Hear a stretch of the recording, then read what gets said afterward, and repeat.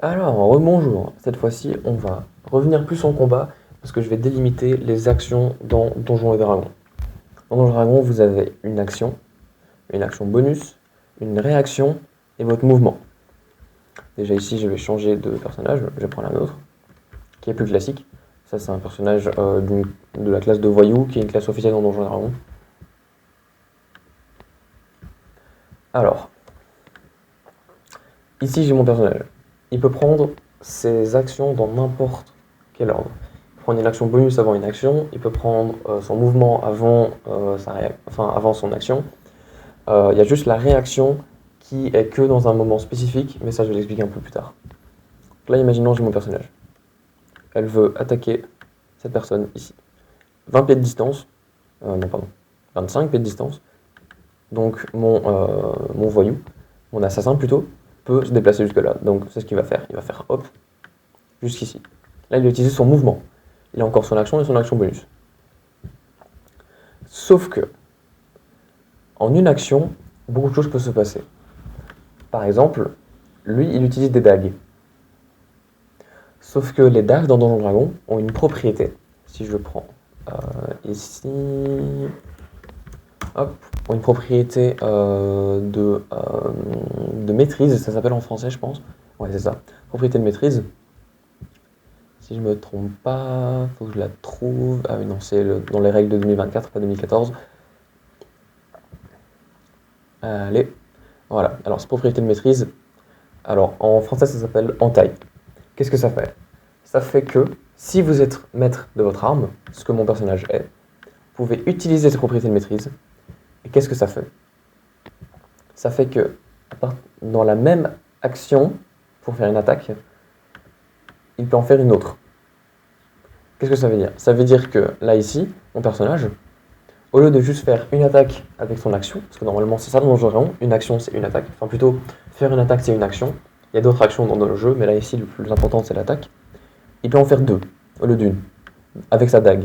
Donc ça veut dire qu'il va faire deux jets d'attaque, donc il va faire un des 20 pour le premier, hop, 4, elle touche pas, la deuxième, hop, elle va toucher parce qu'il a un plus 7. Donc ça fait 18, c'est suffisant pour toucher le monstre ennemi. Ça veut dire que s'il avait juste fait la première, elle aurait raté, mais là, vu qu'il peut faire deux attaques avec son action, une a touché. Donc c'est ce qu'il va faire, il roule les dégâts, qui sont 1 des 4 plus 4. Donc il prend le petit 1 des 4 qui est ici, hop. Voilà, je le roule, j'ai fait 1 plus 4, ça fait 5, mon ennemi prend 5 dégâts. Sauf que là, ici, mon personnage a toujours son action bonus. Et comme action bonus, étant un assassin, il peut, si je le trouve ici, voilà, il peut faire un dash, donc c'est pour doubler sa vitesse. Il peut se désengager, c'est pour bouger en dehors de la portée de mêlée de quelqu'un sans provoquer l'attaque d'opportunité. J'expliquerai tout ça un peu plus tard avec les réactions, etc. Il peut se cacher, désarmer un piège, etc. Donc là, ici, mon personnage, il peut, comme action bonus, utiliser l'action désengagée en tant qu'action bonus. Et donc du coup, il peut bouger, je crois que c'est la moitié de sa vitesse, si je ne me trompe pas. Attends, j'ai regardé les nouvelles règles. Hop, si je prends peut-être sur voilà, ce site officiel, c'est toujours mieux quand même.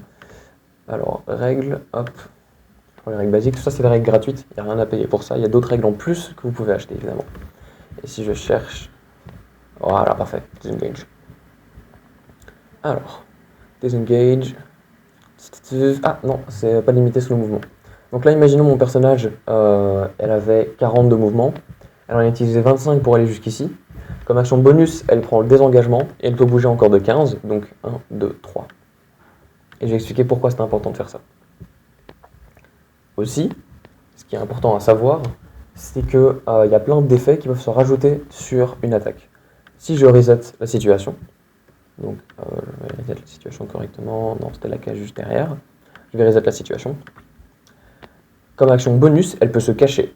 Qu'est-ce qu'elle doit faire pour se cacher? Elle doit faire un jet de stealth, donc de furtivité, pour essayer de se cacher et que ses ennemis ne la voient pas. Alors normalement pour le faire, il faut que par exemple il y a un obstacle ici, genre on va imaginer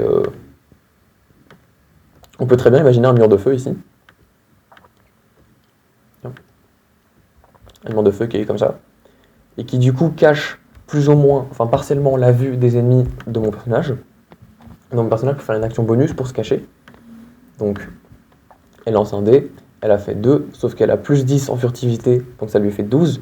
Et si je ne me trompe pas, elle a probablement même l'avantage sur les jets de furtivité. Si je ne me trompe pas. J'ai pas tout noté ici, c'est pas très grave. On va dire que 12 c'était assez, parce que voilà, ou bien même je peux juste relancer. On va faire genre. Ah non, ouais, bon, ok, c'est pas bien. On va dire que 12 c'était assez. Mon personnage est maintenant caché. Elle peut utiliser son mouvement, donc 5, 10, 15, 20, 25, 30, 35. Attaquer mon personnage. Sauf que vu qu'elle est cachée, son attaque est faite à l'avantage. Et qu'est-ce qui est important, c'est qu'un assassin, quand il a l'avantage sur son attaque, il a ça. Donc vous infligez 3d6 de dégâts supplémentaires lors d'une attaque. Lors d'une attaque, si vous avez l'avantage, je vois qu'il y a des petits bugs de... c'est pas grave. Donc ce qui est important, c'est que vu que mon assassin a l'avantage sur l'attaque, il peut ajouter 3d6 de dégâts, ce qui est quand même conséquent. Sauf qu'en plus, il faut savoir que de son action attaque, il peut en faire 2. Donc déjà, elle va rouler le premier D20 pour la première attaque. Hop, elle touche. Deuxième D20 pour la deuxième attaque. Elle touche aussi. Donc maintenant, elle peut rouler les dégâts. Ce qui est du coup le dégât de chaque attaque. Chaque attaque fait 1d4 plus 4. Donc là, ici, je vais rouler au total 2d4 plus 8. Donc j'ai fait 7. Plus 8, ça fait 15. Et sur le côté, ça s'active qu'une seule fois par tour, mais elle peut rajouter 3d6. Donc là, elle a déjà fait 15 dégâts. Et en plus, elle va en rajouter 14. Donc au total, l'ennemi prend 29 dégâts pour une action et une action bonus. Et là, mon personnage a utilisé toutes ses capacités enfin, elle a utilisé au total son tour dans la plus optimisée possiblement. Maintenant, on va parler un peu des réactions. Alors, les réactions, ça se passe pas sur votre tour, ça se passe sur le tour de quelqu'un d'autre. Imaginons mon monstre s'avance.